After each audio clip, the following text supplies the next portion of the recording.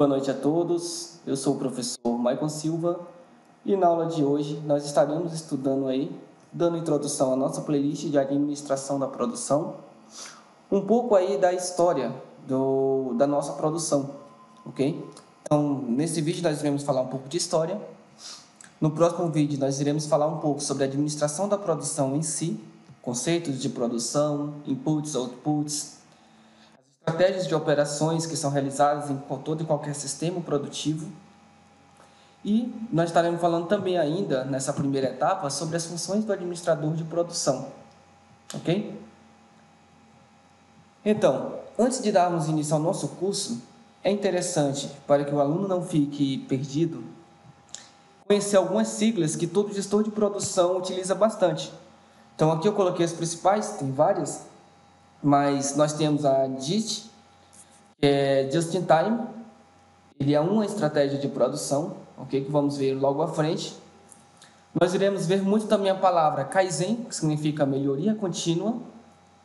Os sistemas Kanban, que eles são um sistema de cartões, onde a produção ela é puxada e programada através desses cartões. Então, todo o acompanhamento, todas as etapas do processo produtivo são realizadas através desses cartões.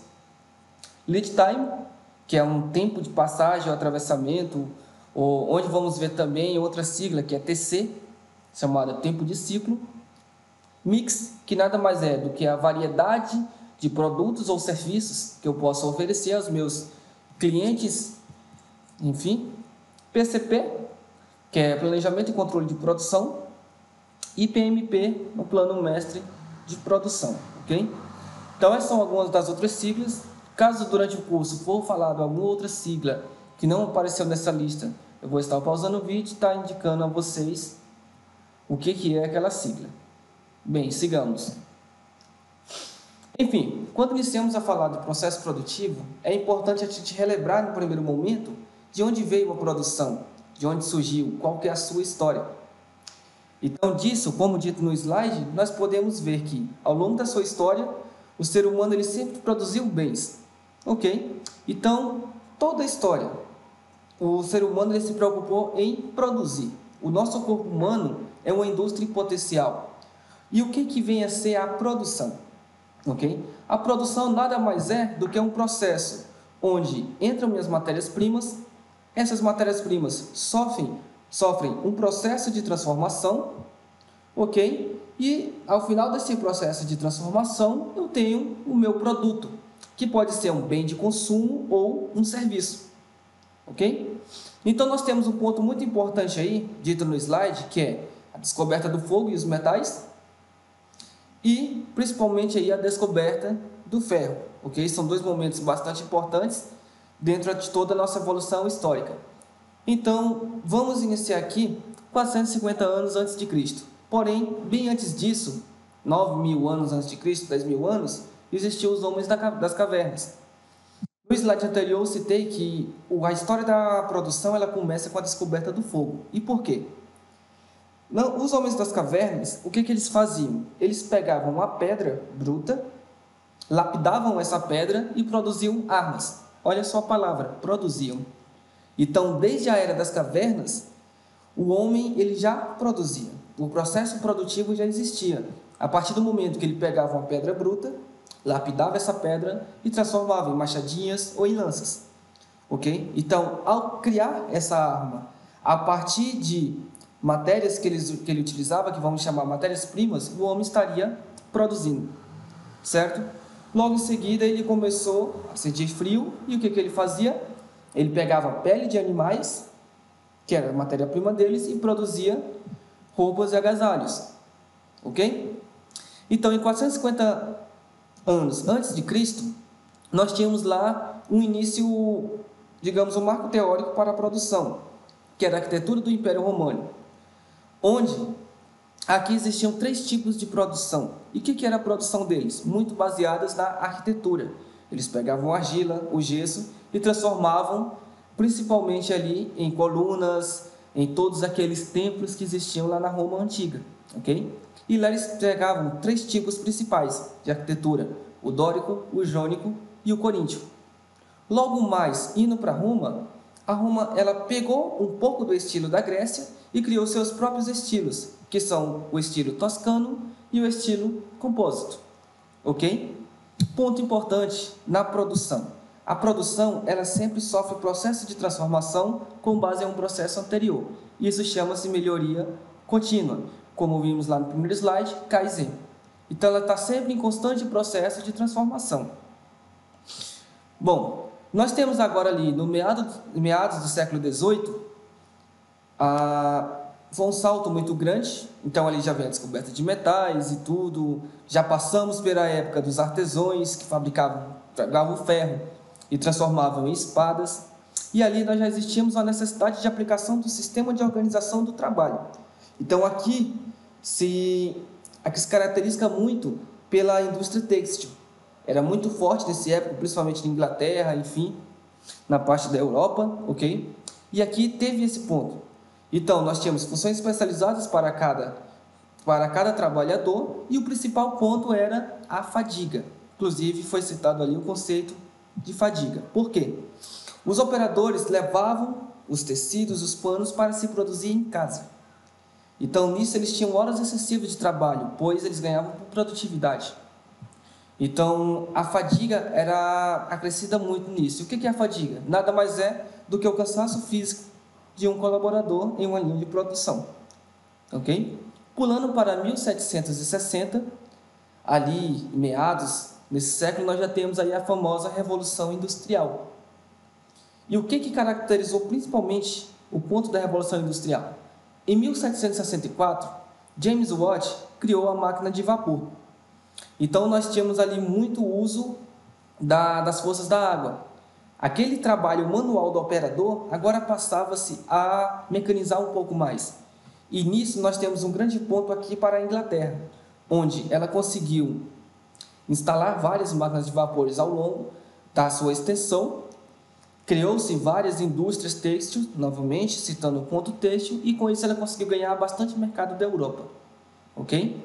Em 1776, Adam Smith, ele pegou todos esses conceitos existentes e ele entendeu que havia muita fadiga, porque o operador fazia um trabalho do começo ao fim. E para melhorar isso, lembrando do conceito de Kaizen, melhoria contínua, para melhorar isso, o Adam Smith ele dividiu a mão de obra em tarefas menores. Então, imaginamos uma roupa. Uma pessoa cortava, a outra pessoa costurava, a outra pessoa colocava o botão. Sendo que antes, uma pessoa fazia toda a peça. Ok? Então, essa foi a principal contribuição do Adam Smith na história da evolução da produção. E aqui nós iniciamos um outro ponto também. A partir do momento que ele dividiu as tarefas, a gente criou um conceito de linha de produção, ok? Que nada mais é um produto que vai passar por todo um ciclo de um ou mais funcionários até se transformar no produto final.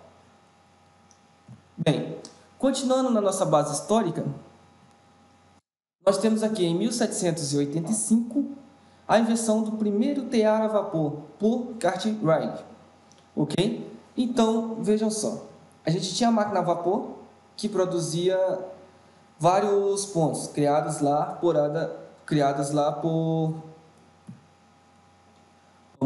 James Watt, ok? Cartwright ele criou o tear a vapor. Então todo aquele processo que era feito à mão por operários, ele passava-se a ser produzido agora por máquinas. E isso foi, digamos, um boom na revolução industrial ali da indústria têxtil. Então, digamos que eu produzia 10 a 15 peças por dia, com as máquinas passaram-se a produzir 500 e 600.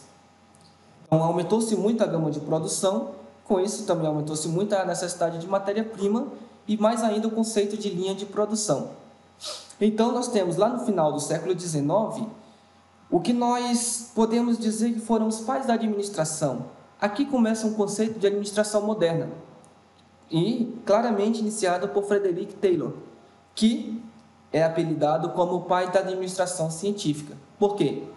As principais contribuições de Taylor na história da produção foram o estudo dos tempos e movimentos, onde ele avaliava a capacidade de cada operador fazer aquela determinada tarefa E ele sempre buscava melhorar esse tempo. Então, os operários, lá no Taylorismo, eles focavam em ser especialistas em uma única atividade. Essa era a preocupação do Taylor. Ele tinha a supervisão funcional, ok? E ele se preocupava principalmente com a padronização desse funcionário, ou seja, ele sempre estava fazendo a mesma coisa para ser especialista naquilo. Todo o processo dele padronizava-se naquilo. A padronização das máquinas também. Então, se uma máquina passava um produto X, ela sempre ia passar produto X, até se terminar a linha de produção, o plano de produção, digamos. E nisso também vinham as fichas de instrução da atividade. Então, o operário pegava, entendia como fazer aquela atividade e ia treinar ela.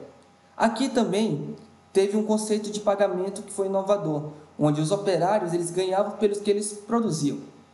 Daí mais um motivo deles buscarem sempre se especializar cada vez mais. Eles iam se especializar cada vez mais naquilo que eles faziam para poder receber sempre mais. Indo um pouco mais à frente, nós podemos dizer que a pessoa que mais pode ter usado o conceito de Taylorismo naquela época foi Henry Ford. E aqui eu abro parênteses. Sim, Henry Ford é das indústrias Ford que faz todos os carros que vocês conhecem hoje. Então, ele foi o propulsor da indústria, criou-se a indústria Ford, ok? E ele usou bastante conceitos do Taylor, como a especialização do funcionário, porém, ele melhorou. Ok? O que ele melhorou? Ele começou a se concentrar no desperdício de matéria-prima. Então, ele queria economizar o máximo possível, ou seja, ele só queria na fábrica dele matéria-prima para o que ele ia produzir.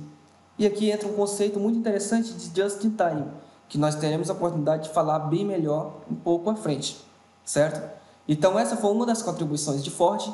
Uma outra contribuição que Ford deu foi a ênfase na produtividade, porque ele dividiu as tarefas um pouco mais e começou a trabalhar a produtividade dos funcionários. Aqui o funcionário ele não se preocupava somente em fazer uma atividade, mas em aprender todas as atividades da linha de produção, ao contrário de Taylor, que Taylor só se preocupava que o funcionário aprendesse aquela função específica. Ok? Então, isso entraria a especialização do operário, não só naquela linha de produção, naquela etapa da produção específica, mas em toda a linha, aumentando a produtividade de toda a equipe. Logo mais vem também a contribuição, para mim, uma das mais importantes, que foi a contribuição de Henry Taylor. Desculpa, pessoal, aqui tem um engano. Então, aqui entra Henry Fayol. Peço perdão. Então, o que Fayol fez? Fayol pegou todos os conceitos de Taylor e de Ford, e uma das suas principais contribuições foi a autoridade e a responsabilidade. Então, aqui criou-se gerências, supervisões, enfim. A remuneração justa, o funcionário ele não passava mais a ganhar pela produtividade, mas também a ganhar pela produtividade. Ele tinha o seu salário fixo e tinha a sua produtividade. E um dos principais conceitos que Fayol implantou, vindo dos conceitos de Taylor e de Ford, foi o trabalho em equipe. Então, os funcionários tinham estabilidade, eles tinham ordem e equidade entre si e preservavam pelo trabalho de equipe. Ok? Nesse mesmo período, lá no Ocidente, Oni Toyoda, que é o criador da Toyota Motors, ok? Eles passavam por uma crise muito grande, pois em 1945 nós tivemos a Segunda Guerra Mundial. E o que aconteceu? A Segunda Guerra Mundial ela devastou muito o Japão. Então lá eles foram obrigados a mudar toda a cultura de vida deles para que o país não entrasse tanto em crise. Então foram criados conceitos como 5S. Vocês vão ver isso lá em Ferramentas da Qualidade. Vai ter uma playlist aqui no canal logo mais. Ok? Eles foram criados conceitos também de Kaizen, que é melhoria contínua. Então esse conceito eles aprimoraram esse conceito. Ok? E um dos principais conceitos que eles criaram, nós podemos até definir também como o conceito do sistema Toyota de produção. E o que era esse sistema Toyota de produção? Frederick Taylor, Henry Ford e Henry Fayol, eles criaram um modelo Eles criaram um modelo sempre pensando na produtividade e pensaram um pouco em economia. Mas vamos falar de Ford. O que para Ford, aquele tanto de estoque que ele conseguia produzir e estocar, era lucro, para o Toyota, ele era desperdício. Então, o Japão já não tinha tanto recurso para produzir. O que eles fizeram, eles trabalharam a escassez. Então, o sistema Toyota de produção, que inclusive é referência até hoje, trazendo mais à frente o controle estatístico de processo, o Lean Six Sigma, ele se preocupava na produtividade e no desperdício zero. Então, o que entrava como matéria-prima teria que ser processado e sair como um produto acabado. E nesse meio termo não poderia ter perda no processo produtivo. Ok? Então, essa foi uma das maiores contribuições do sistema Toyota de produção para a nossa produção hoje. E se vocês observarem, a nossa história da produção, ela para um pouco aqui. Porque até hoje o sistema Toyota de produção é utilizado como referência em todas as outras empresas. Hoje, a nossa produção ela evoluiu bastante. Depois de Toyota, nós viemos aí com o controle estatístico de processo, onde ele visava controlar cada etapa do processo e entender o que causava as perdas, quais os níveis de desvio de perda que tinha dentro da indústria. Nós viemos com os conceitos de gestão de qualidade integrada. Hoje, 2018, nós estamos trabalhando bastante com o conceito de indústria 4.0. E o que vem a ser a indústria 4.0? Lembrem que lá em 1760 nós tivemos a invenção da máquina a vapor, uma máquina baseada em água para se produzir. Ok? Em 1785 nós tivemos o tear, ainda baseado em vapor. Depois nós viemos energia elétrica, TV digital, essa revolução das redes sociais.